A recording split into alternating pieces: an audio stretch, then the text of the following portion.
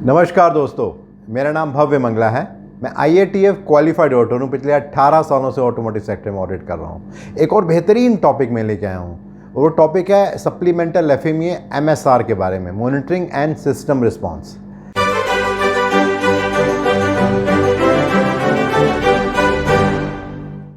ये जो FMEA का 2019 में जो नया वर्जन आया, उसमें पहली बार सप्लीमेंटल FMEA को ऐड किया गया है, जिसका लिंक DFMEA के साथ है। तो सबसे पहले समझना ज़रूरी है ये MSR होता क्या है, मॉनिटरिंग एंड सिस्टम रिस्पॉन्स। तो इन जनरल जब हम DFMEA बनाते हैं तो हम क्या ध्यान रखते हैं? हम ये ध्यान रखते हैं कि डिज़ाइन करते हुए क्या वो सब चीज़ें ठीक हैं या नहीं हैं जो कि प्रोडक्ट के अंदर होनी चाहिए, with respect to safety, with respect to regulations and all that. But जब हम monitoring and system response MSR की बात करते हैं तो हम बात करते हैं एंड यूज़र की, कि अब जब एंड यूज़र उस पर्टिकुलर प्रोडक्ट को यूज़ कर रहा है उस समय क्या पॉसिबल फेलियर आ सकते हैं, और इन केस अगर फेलियर आया तो कैसे कम्युनिकेट होगा उस पर्टिकुलर यूज़र को कि ये फेलियर आने वाला है, और उस फेलियर को कैसे हम अवॉइड कर सकते हैं या कैसे उसको मिटिगेट कर सकते हैं। ये पर्टिकुलर FMEA इस बारे में बात करता है। अगर मैं एक आसान भाषा में बात करूं कि अगर इस पेन का एग्जांपल लें, जब हम डिज़ाइन FMEA करते हैं तो बहुत सारी हम डिज़ाइन रिलेटेड बातें करते हैं। बट देन अब मान के चलिए कि एंड यूज़र अब इसको यूज़ कर रहा है पेन को डे टू डे बेसिस में, और ये पेन उसकी जेब में रखा है ऐसे। अब अगर इसकी इंक लीक हो जाए तो नुकसान होने वाला है, राइट। अब वो नुकसान ना हो तो क्या इसके अंदर कोई ऐसा फीचर डाल सकते हैं कि जब भी कभी ऐसा कुछ पॉसिबिलिटी हो कि इंक लीक होने वाली है, कोई बज़र बज जाए, इसके अंदर कोई सिग्नल आना शुरू हो जाए, या अगर लगता है कि भाई बज़र से काम नहीं चलेगा तो भाई इसकी इंक आनी बंद ही हो जाए, कहीं अंदर कोई सिस्टम ऐसा इंटरलॉकिंग लग जाए और बंद हो जाए, क्या ऐसा कोई सिस्टम हो सकता है? ये है जो MSR की बात कर रहा है। अगर मैं एक ऑटोमोटिव के पर्सपेक्टिव से एग्जांपल देना चाहूँ तो मान के चलिए कि आप अपनी कार चला रहे हैं और उसका इंजन का टेम्परेचर बढ़ने लग गया है। तो अगर हम देखेंगे डैशबोर्ड के अंदर कहीं लाइट का सिस्टम होता है जहाँ पे ब्लिंक करने लग जाती है लाइट, और उससे हमें पता लग जाता है कि इंजन गर्म हो रहा है। बट एज्यूम कर लीजिए कि हमने उसको ध्यान से नहीं देखा, तो वो एक वैसे तो देखा जाए तरीका है मॉनिटरिंग करने का, बट अगर हमारा फिर भी ध्यान नहीं गया तो मे बी कोई बज़र बज सकता है, या मे बी अगर हमारा फिर भी ध्यान नहीं जा रहा, मे बी हमारे डैशबोर्ड में कुछ प्रॉब्लम है, इलेक्ट्रॉनिक फॉल्ट है जिस कारण से बज़र नहीं बज रहा, तो क्या ऐसा हो सकता है कि एक सर्टेन टाइम के बाद हमारी जो कार है वो चलनी बंद हो जाए? अब इसमें ये बहुत इंपॉर्टेंट है कि कार अगर चलनी बंद हो जाए तो पता कैसे चलेगा कि कार चलनी बंद क्यों हुई थी? ये इंजन की प्रॉब्लम है, पेट्रोल की प्रॉब्लम है, कोई और इलेक्ट्रॉनिक फॉल्ट है, क्या है? तो क्या वो सिस्टम बता सकता है? तो ये जो MSR है, मॉनिटरिंग एंड सिस्टम रिस्पॉन्स, ये इन्हीं सब बातों के लिए है। एक और बात समझने की है कि ये हर जगह पे MSR वाला जो FMEA इस्तेमाल नहीं होगा। ये सिर्फ वहीं इस्तेमाल होगा जहाँ पर भी सेफ्टी रिलेटेड कोई इशू है, जहाँ पे कोई गवर्नमेंट की रेगुलेशन की कोई रिक्वायरमेंट आती है, वहाँ पर इसका इस्तेमाल होगा। तो आज इस पर्टिकुलर वीडियो में मैं डिटेल में आपसे जो बात करने वाला हूँ, मैं बात करने वाला हूँ कि ये MSR क्या है, क्यों हमें चाहिए, कहाँ पर हमें इसका इस्तेमाल करना है, कौन से 7 स्टेप हैं FMEA के जिसके हिसाब से इसको हम अंडरस्टैंड कर सकते हैं, और क्या क्या इंडस्ट्री के चैलेंजेस हैं। तो सबसे पहले शुरू करते हैं, ये MSR है क्या। तो बेसिकली जब हम FMEA MSR की बात करते हैं तो इसका मेन इंटेंट है कि हम कैसे इंश्योर कर सकें सेफ्टी के बारे में और रेगुलेटरी रिक्वायरमेंट के बारे में, जो इन्वायरमेंट के बारे में हो सकती है कि वो कंप्लायंस हो रहा है नहीं हो रहा जिस समय हम व्हीकल को यूज़ कर रहे हैं, जिस समय उसकी यूज़फुल लाइफ है। और इसका एक इंटेंट और भी है कि हमें उन सब फॉल्ट्स को पता करना है जो कि एक नॉर्मल ऑपरेटिंग कंडीशन में जिसमें हम काम कर रहे हैं वहाँ पर पता लगे। और इसका एक जो और इम्पॉर्टेंट इंटेंट है कि किस तरीके से हम डिटेक्ट कर सके एरर को कि वो कब होने वाला है, और उसके बाद उस एरर का हमें क्या करना है। अब जो सेकंड पार्ट आता है कि वाई, क्यों हमें चाहिए FMEA MSR, क्योंकि ये पहली बार ऐड हुआ है, इससे पहले ये कभी भी FMEA के मैनुअल में नहीं होता, तो इसके भी कई कारण हैं। तो जो सबसे पहला इंपॉर्टेंट रीज़न है वो ये है कि ये बेसिकली सेफ्टी गोल्स को इंश्योर करने के लिए है। एक सेपरेट स्टैंडर्ड है with respect to functional safety, ISO 26262।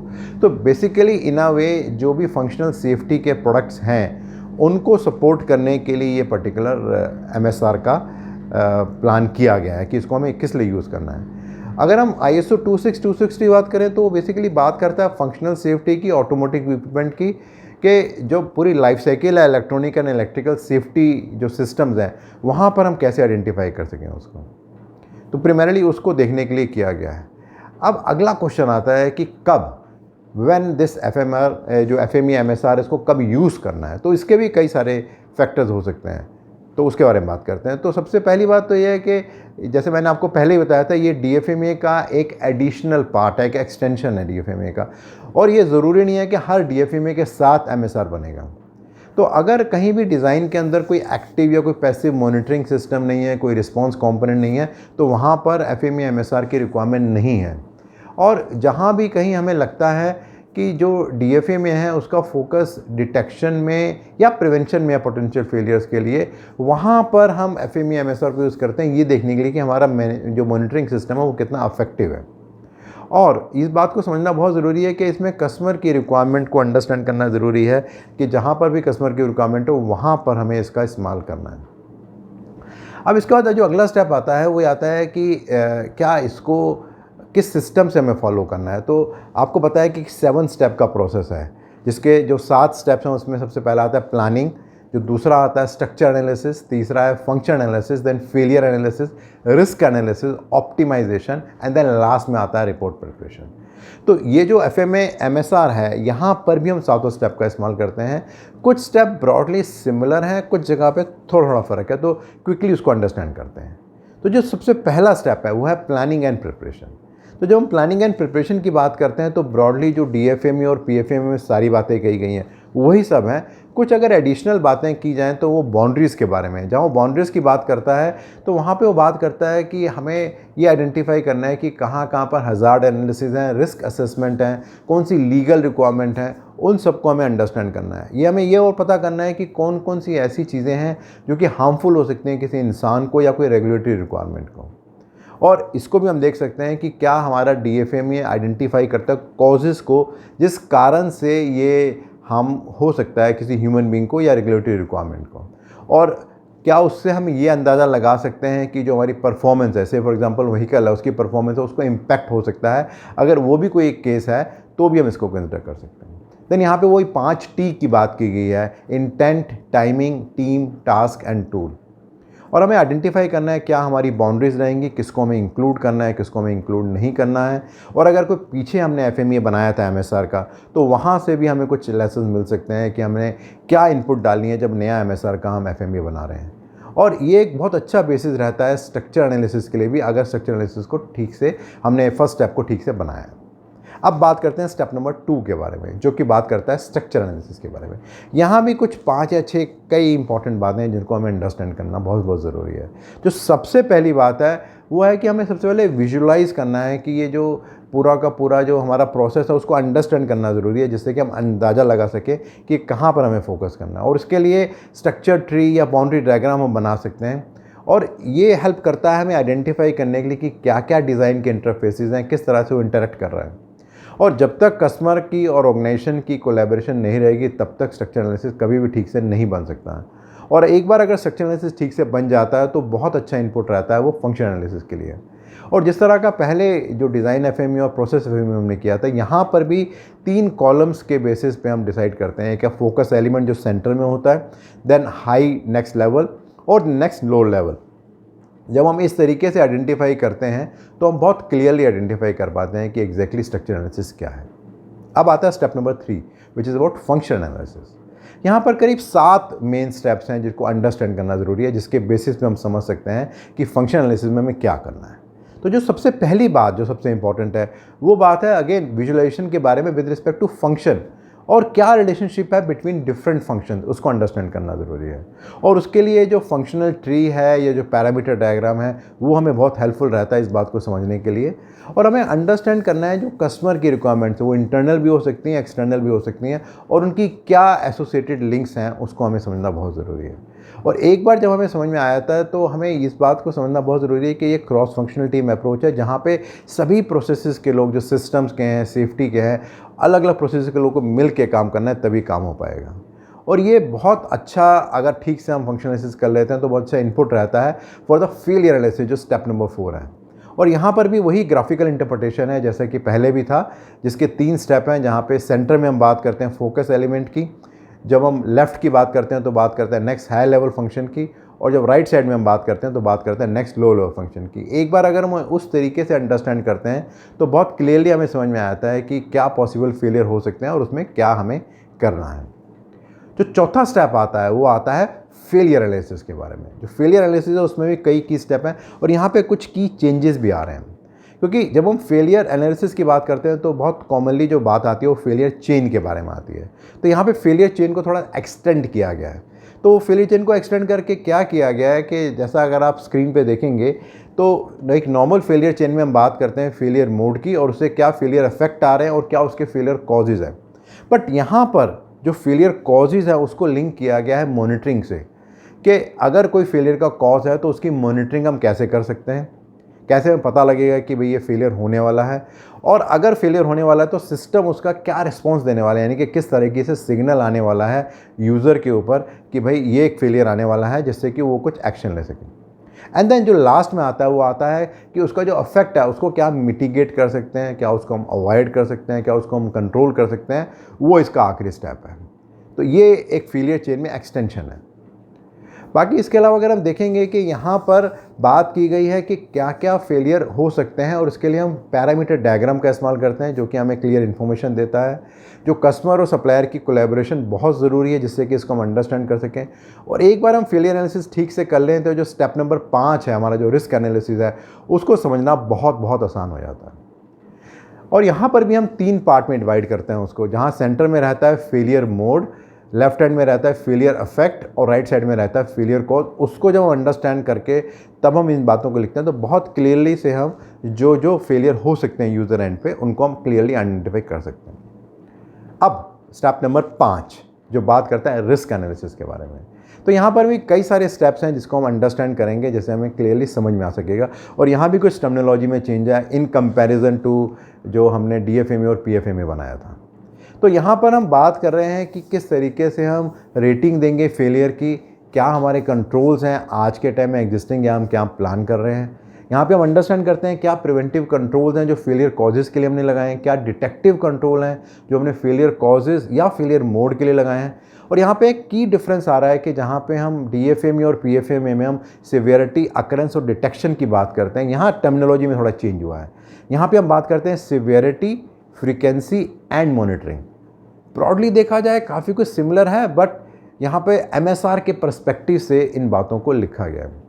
और एक्शन प्रायोरिटी की टेबल में भी डिफरेंस है, ये अब वैसी नहीं है जैसे पहले थी। और इसी तरह से जो सिवियरिटी, अकरेंस, जो सिवियरिटी, फ्रीक्वेंसी और मॉनिटरिंग की टेबल है वो भी डिफरेंट है with respect to DFMA and PFMA।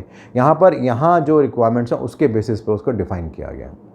और इसमें एक बात को समझना बहुत ज़रूरी है कि अगर एक बार हम ठीक से कम्युनिकेशन कर लेते हैं with respect to risk analysis तो जो अगला स्टेप है ऑप्टिमाइजेशन, उसको समझना बहुत आसान होता है। यहाँ पर जब हम बात करते हैं डेफिनेशन के बारे में सिवियरिटी, फ्रीक्वेंसी एंड मॉनिटरिंग के बारे में, तो सिवियरिटी बात करती है फेलियर इफेक्ट के बारे में। जब हम फ्रीक्वेंसी की बात करते हैं तो ये बात करता है कि क्या क्या फ्रीक्वेंसी हो सकती है अकरेंस की, फेलियर कॉज की, किसी भी एक सिचुएशन में जब वो ऑपरेशन में है, से फॉर एग्जाम्पल व्हीकल चला रहे हैं उस समय हम आइडेंटिफाई कर सकते हैं। और जब हम मॉनिटरिंग यानी कि M की बात करते हैं तो यहाँ बात करते हैं डिटेक्शन की, कि क्या हमारे पोटेंशियल हमारे डायग्नोस्टिक गाइडलाइंस हैं, क्या हमारे फंक्शंस हैं जिससे कि हम पता लगा सकें किसी फेलियर कॉज का, फेलियर मोड का या उसके फेलियर इफेक्ट का। जब हम एक्शन प्रायोरिटी की बात करते हैं तो यहाँ पे उन्हीं को 3 पार्ट में डिवाइड किया गया है, high priority, medium priority and low priority. उसकी टेबल भी अलग है जिससे हम अंडरस्टैंड कर सकते हैं कि उसमें क्या हो सकता है। और अगर आप देखेंगे FMEA की टेबल को, जो FMEA का एक जो स्ट्रक्चर होता है, तो वहाँ पर भी इस बात को समझाया गया है कि अब हम जो टर्मिनोलॉजी है वो हम मॉनिटरिंग एंड जो हम फ्रीक्वेंसी उसको यूज़ कर रहे हैं instead of occurrence and detection के। और इसके बाद हम लास्ट में बात करते हैं स्टेप नंबर 6 की, जो कि ऑप्टिमाइजेशन के बारे में बात करता है। तो यहाँ भी 7-8 की स्टेप्स हैं जिससे हम अंडरस्टैंड कर सकते हैं with respect to optimisation. Although broadly काफ़ी सारे पैरामीटर्स सिमिलर हैं जो कि पिछले DFMA और FMEA में थे। तो सबसे पहली बात तो है कि ये आइडेंटिफाई करते हैं यहाँ पे क्या एक्शंस हमें लेने हैं, हम डिफाइन करते हैं responsibilities and target dates. Then हम ये भी डिसाइड करते हैं कि किस तरह की डॉक्यूमेंटेशन हमें करनी है, हमें इफेक्टिवनेस कैसे वेरीफाई करनी है उसकी। और एक बार जब इफेक्टिवनेस मॉनिटर करते हैं तो दोबारा से हमें सिवियरिटी, फ्रीक्वेंसी और मॉनिटरिंग SFRM को मॉनिटर करना है, रिव्यू करना है और दोबारा से हमें उसकी वैल्यूज़ को डिफाइन करना है। और यहाँ पर भी पीछे की तरह ही है कि हमें क्रॉस फंक्शनल टीम का इस्तेमाल करना है, जो भी रेलेवेंट इंटरेस्टेड पार्टीज़ हैं उनको मिलके काम करना है और तभी हम डिसाइड कर सकते हैं कि जो भी हम MSR में एक्टिविटीज़ कर रहे हैं वो ठीक से हो। अगर बात करें कि ऑप्टिमाइजेशन में, यानी कि जहाँ हम एक्शंस की बात करते हैं, सीक्वेंस क्या होनी चाहिए जिससे इफेक्टिवनेस आए, तो सबसे पहले वो बात करता है कि जो भी कंपोनेंट के डिज़ाइन मॉडिफिकेशन में जो फ्रीक्वेंसी है उसको हमें देखना है कि कैसे हम रिड्यूस कर सकते हैं उसके फेलियर कॉजेज़ के लिए।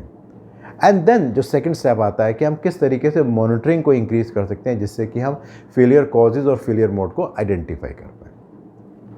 और अगर हम लास्ट में देखेंगे तो लास्ट में जो स्टेप नंबर 7 आता है वो बात करता है रिजल्ट्स के बारे में, जहाँ पे हम रिपोर्टिंग की बात करते हैं। तो ब्रॉडली ये सेम ही है एग्जैक्टली जैसे DFA में और PFA में था। या हम बात कर रहे हैं कम्युनिकेशन की, किस तरीके से हम इस्टेब्लिश करेंगे कंटेंट्स को, जहाँ पे हम हेडर की बात करते हैं, किस तरीके से डॉक्यूमेंटेशन होगी ओवरऑल, किस तरह से हम सभी लोगों को जो भी रेलेवेंट स्टेक होल्डर्स उनको बताएंगे कि क्या पॉसिबल रिस्क हैं और किस तरह से रिस्क को कम करके हम क्या एक्शंस ले रहे हैं, और हम उसको रिकॉर्ड भी करेंगे कि क्या पॉसिबल चैलेंजेस आ सकते हैं इसके लिए।